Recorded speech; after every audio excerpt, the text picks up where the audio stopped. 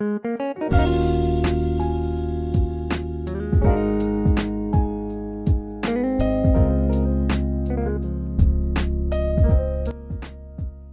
cara mendesain akad pembiayaan syariah.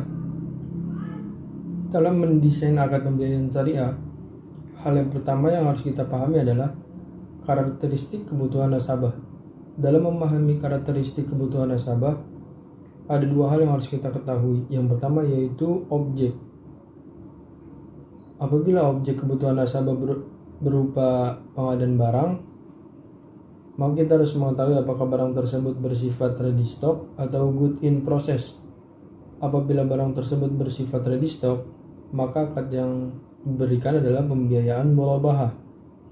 Apabila barang bersifat good process, kita harus mengetahui proses tersebut. Apabila proses tersebut berjangka waktu panjang, maka akad yang diberikan adalah akad istisna.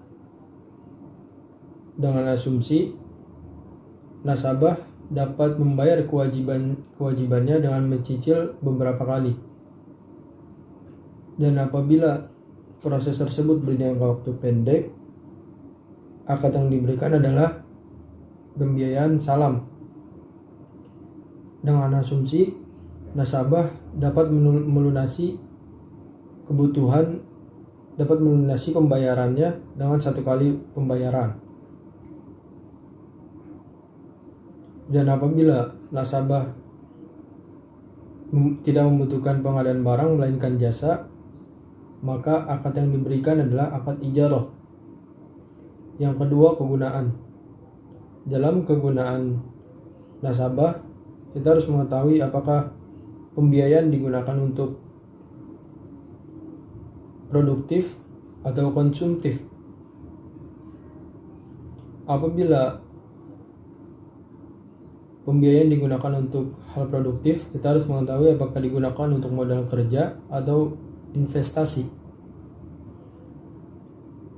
Apabila digunakan untuk modal kerja, kita harus mengetahui apakah nasabah sudah memiliki perjanjian dengan pihak ketiga atau belum. Jika sudah, maka kita harus mengetahui apakah pembiayaan yang digunakan untuk konstruksi atau pengadaan barang. Apabila pembiayaan digunakan untuk konstruksi, maka akad yang diberikan adalah akad istisna. Apabila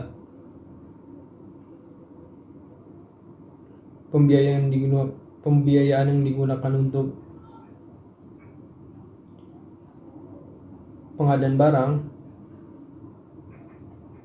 maka apabila pembiayaan digunakan untuk pengadaan barang, maka akad yang digunakan adalah akad mudharabah.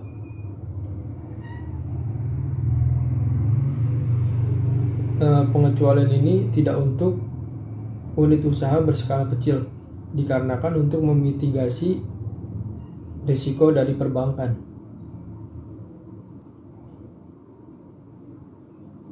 Apabila nasabah belum mempunyai kontrak dengan pihak ketiga, maka kita harus mengetahui pengadaan barang tersebut bersifat ready stock atau Assalamualaikum warahmatullahi wabarakatuh. Saya Abdullah Musin dari kelompok 15 dengan NIM 095. Dengan mata kuliah Perbankan Syariah. Di sini saya ingin menjelaskan salah satu tata cara mendesain kontrak syariah. Tata cara mendesain kontrak syariah yaitu ada 4. Namun di sini saya akan menjelaskan teknik yang kedua, yaitu memahami kemampuan nasabah. Teknik ini merupakan metode yang perlu diperhatikan dalam akan melaksanakan akad pembiayaan syariah, yaitu dilihat dari sisi highly predictable, yakni apakah sumber penghasilan nasabah sangat diprediksikan atau tidak. Jika sumber penghasilan nasabah highly predictable, faktor selanjutnya yang harus diperhatikan adalah apakah pembiayaan tersebut untuk pekerjaan konstruksi atau pengadaan barang.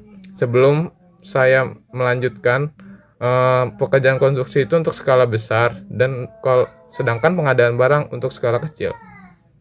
Jika untuk pekerjaan konstruksi, pembiayaan yang diberikan adalah pembiayaan istisna.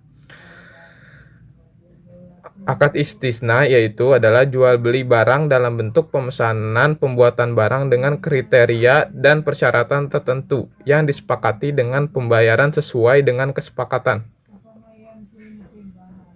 Sedangkan jika untuk pengadaan barang yang diberikan adalah pembiayaan murabahah, yaitu yang skala kecil, yaitu menjual suatu barang dengan menegaskan harga belinya kepada pembeli dan pembeli membayarnya dengan harga yang lebih sebagai laba. Nah, jika sumber penghasilan nasabah tidak termasuk dalam kategori highly predictable, yakni ini lawan katanya dari jika nasabah mempunyai kemampuan penghasilan highly predictable. Nah, sedangkan ini tidak termasuk dalam highly predictable. Faktor selanjutnya yang harus diperhatikan apakah pembiayaan tersebut untuk ready stock atau good in process. Nah, ready stock itu barangnya itu sudah ada, sedangkan good in process barangnya belum ada, harus dibuat terlebih dahulu. Jika ready stock, pembiayaan yang diberikan adalah murabahah yang sudah saya jelaskan tadi. Namun, jika untuk good in process harus dilihat dari segi waktu proses barang. Jika kurang dari 6 bulan, pembiayaannya diberikan adalah pembiayaan salam. Pembiayaan salam itu adalah jual beli barang dengan cara pemesanan dengan syarat-syarat tertentu dan pembayaran tunai di awal secara penuh atau kontan. Nah, jika lebih dari 6 bulan, pembiayaan yang diberikan adalah istisna. Nah, itu adalah materi yang saya bisa jelaskan tentang tata cara desain kontrak syariah, yaitu teknik memahami kemampuan nasabah. Sekian penjelasan yang saya berikan, kurang lebihnya mohon maaf. Wassalamualaikum warahmatullahi wabarakatuh. Baik, setelah mendengarkan penjelasan dari teman saya tadi tentang karakteristik nasabah dan kemampuan nasabah, saya Vinky Larasakti akan membahas tentang memahami karakteristik sumber dana pihak ketiga dari bank. Nah, sebelum kita membahasnya, kita harus tahu dulu tujuan kita mempelajari karakteristik ini untuk apa. Yang pertama yaitu untuk mendapatkan kepastian bank terhadap pemenuhan kebutuhan cash out bank dalam memberikan pembiayaan agar dapat tertutupi oleh pembayaran cash in dan dari debitur. Nah, yang kedua yaitu untuk kepastian bank terhadap kewajiban pemberian bagi hasil yang harus diberikan kepada investor atau pemegang dana pihak ketiga dan dapat tertutupi oleh pembayaran cash in dari debitur. Nah, agar dapat sesuai dengan tujuan yang saya sebutkan tadi, maka dari itu bank harus menganalisis arus kasnya, baik itu cash out ataupun cash in. Selanjutnya, bank itu harus memastikan agar keduanya itu terpenuhi. Adapun hal yang harus diperhatikan dalam cash in bank yaitu apakah terdapat grace period atau tidak. Apa sih grace period itu? Grace period itu adalah tenggang waktu yang diberikan bank terhadap nasabah atau debitur ketika nasabah tersebut belum mampu melakukan pembayaran cicilan hingga waktu tertentu. Contohnya itu seperti misalnya Bapak Adi di bulan 1 Juni ia ingin dibiayai oleh Bank Syariah untuk memenuhi kebutuhan usahanya, yaitu berupa mesin fotokopi. Nah, Bapak Adi ini telah memberitahu kepada Bank Syariah bahwa mesin fotokopi ini akan menghasilkan nilai manfaat itu di 2 bulan yang akan mendatang. Artinya Bapak Adi ini baru bisa menyicil pembiayaan tersebut di bulan Agustus. Berarti di bulan Juni hingga Agustus tersebut terdapat masa tenggang yaitu di mana Bapak Adi belum bisa membayar cicilannya. Nah, hal tersebut yang dikatakan grace period. Resiko dari grace period ini yaitu bank tidak akan mendapatkan cash in dari debitur selama masa ini. Dengan demikian, bank juga tidak mampu untuk memberikan bagi hasil kepada investor atau pemegang dana. Oleh sebab itu, bank perlu melihat lebih lanjut apabila ada masa grace period, bank harus mencermati apakah pembayaran tersebut dilakukan secara installment atau cicilan atau tidak. Nah, apabila tidak ada installment, berarti debitur hanya akan melakukan pembayaran satu kali saja, yaitu di akhir masa pembiayaan. Model ini tentunya sangat memiliki risiko yang tinggi, sehingga lebih baik bank ini tidak memberikan pembiayaan terhadap debitur yang menginginkan pembayaran yang dilakukan secara lamsam atau di akhir kontrak tersebut. Kerugiannya kalau lamsam itu kan dia memberikan sekaligus tapi di akhir. Nah, otomatis bank tersebut tidak mendapatkan pemasukan tiap bulannya, sehingga bank tidak dapat memberikan bagi hasilnya terhadap investor. Tuh. Nah, jika terdapat installment, berarti bank masih memungkinkan memberikan bagi hasil kepada deposan atau investor atau pemegang dana sesuai dengan termin atau waktu yang telah ditentukan, baik itu bulanan maupun non bulanan. Oleh karena itu, faktor selanjutnya yang harus diperhatikan oleh bank yaitu apakah pembayaran itu dilakukan secara bulanan atau tidak. Jika bulanan, maka bank syariah dapat menggunakan multi-plat akad. Apa sih itu multi-plat akad? Nah, saya akan jelaskan, yaitu multi-plat akad yaitu merupakan gabungan akad yang terdiri dari 2 atau lebih.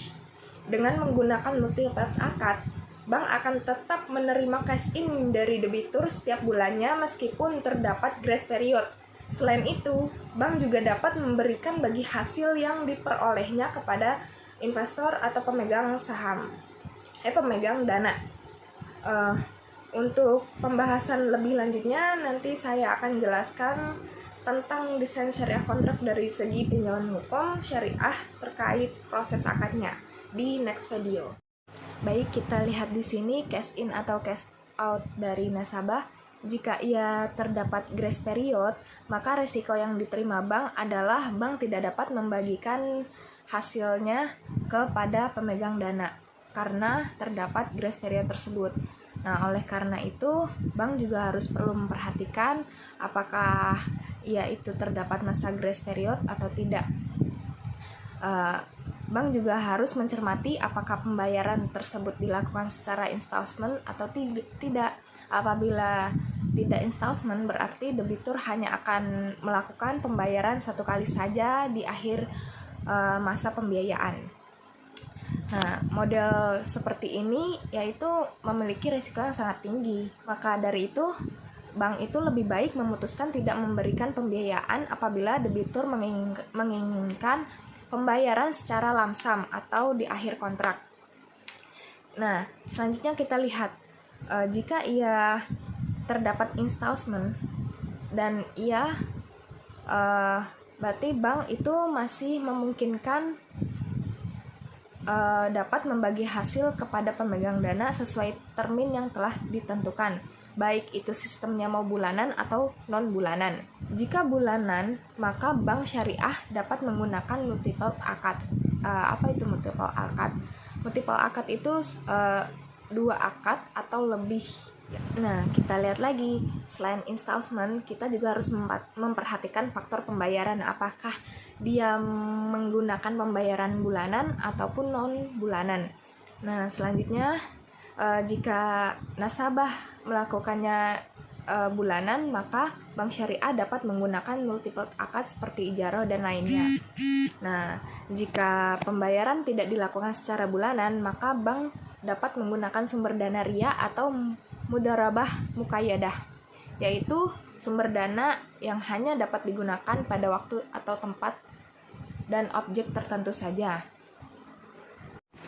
Nah, selanjutnya kita lihat lagi, jika nasabah tidak terdapat grace period, berarti hal ini menguntungkan bagi bank karena bank mendapatkan pembiayaan atau pemasukan atau cicilan dari nasabah, sehingga bank dapat membagi hasilnya kepada investor atau pemegang dana.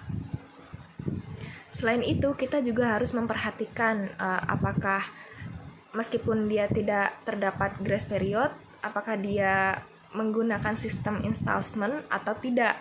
Apabila pembayaran tersebut tidak menggunakan installment atau cicilan, bank dapat menggunakan pembiayaan murabaha nakdan. Nah, selanjutnya yaitu apabila dia tidak. Nah, kita lihat lagi, meskipun dia tidak terdapat grace period tersebut, apakah nasabah ini menggunakan sistem installment atau tidak, diklasifikasikan lagi tuh. Nah, jika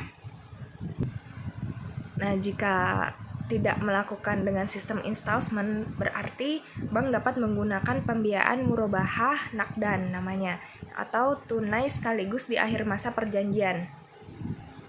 Nah, sedangkan apabila pembayaran atau hal tersebut dilakukan dengan installment, bank dapat menggunakan pembiayaan murabaha muajjal namanya. Dan untuk memenuhi pembayaran tersebut, bank dapat mengelompokkan lagi dalam dua hal, yaitu apakah pembayaran dilakukan secara bulanan atau tidak. Apabila debitur melakukan installment secara bulanan, berarti bank dapat memberikan keuntungan bagi hasilnya kepada pemegang dana. Menggunakan uria sebagai sumber pendanaan bagi pembiayaan kepada debitur tersebut. Namun jika pembayaran tidak dilakukan secara bulanan, maka bank dapat menggunakan sumber ria atau murabaha muqayyadah namanya. Baik, selanjutnya yang harus diperhatikan juga dalam cash out bank atau cash in bank, faktor yang harus diperhatikan yaitu apakah ia berbentuk lump sum atau tidak.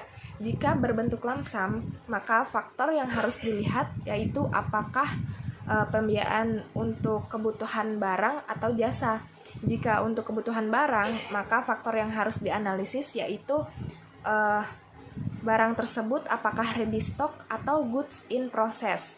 Jika ia ready stock, maka pembiayaan yang diberikan adalah pembiayaan murabaha. Namun jika ia goods in process, maka harus dilihat lagi dari segi waktu barang proses tersebut. Hal tersebut dapat dilihat dari berapa lama prosesnya. Nah, pembiayaan yang diberikan yang itu dapat menggunakan pembiayaan akad salam. Namun jika berjangka waktunya panjang atau lebih dari 6 bulan, pembiayaan yang diberikan adalah pembiayaan istisna. Nah, selanjutnya yaitu jika ia untuk memenuhi kebutuhan jasa, pembiayaan yang diberikan adalah ijaroh. Namun, jika pembiayaan tersebut bukan untuk memenuhi kebutuhan barang atau jasa, melainkan penyertaan modal atau disebut juga dengan syirkah, maka faktor berikutnya yang harus diperhatikan yaitu apakah syirkah tersebut berbentuk sindikasi atau tidak. Nah, apa sih yang dimaksud dengan sindikasi itu? Nah, saya akan jelaskan, yaitu sindikasi adalah kelompok investor yang bekerja sama untuk membiayai suatu proyek. Jika berbentuk sindikasi, maka pembiayaan yang diberikan adalah pembiayaan musyarakah. Namun, jika tidak berbentuk sindikasi, pembiayaan yang diberikan adalah pembiayaan mudharabah. Kita juga harus lihat lagi jika cash out bank atau cash in bank tidak berbentuk lump sum, melainkan berbentuk termin. Maka faktor yang harus dilihat apakah pembiayaan tersebut untuk memenuhi kebutuhan barang atau jasa. Jika untuk memenuhi kebutuhan barang, maka faktor selanjutnya yang harus diperhatikan yaitu sama seperti tadi, apakah ia berbentuk ready stock atau goods in process. Nah, jika ia ready stock, pembiayaan yang diberikan adalah murabaha. Namun jika barang tersebut goods in process, harus dilihat kembali dari segi waktu proses barang tersebut.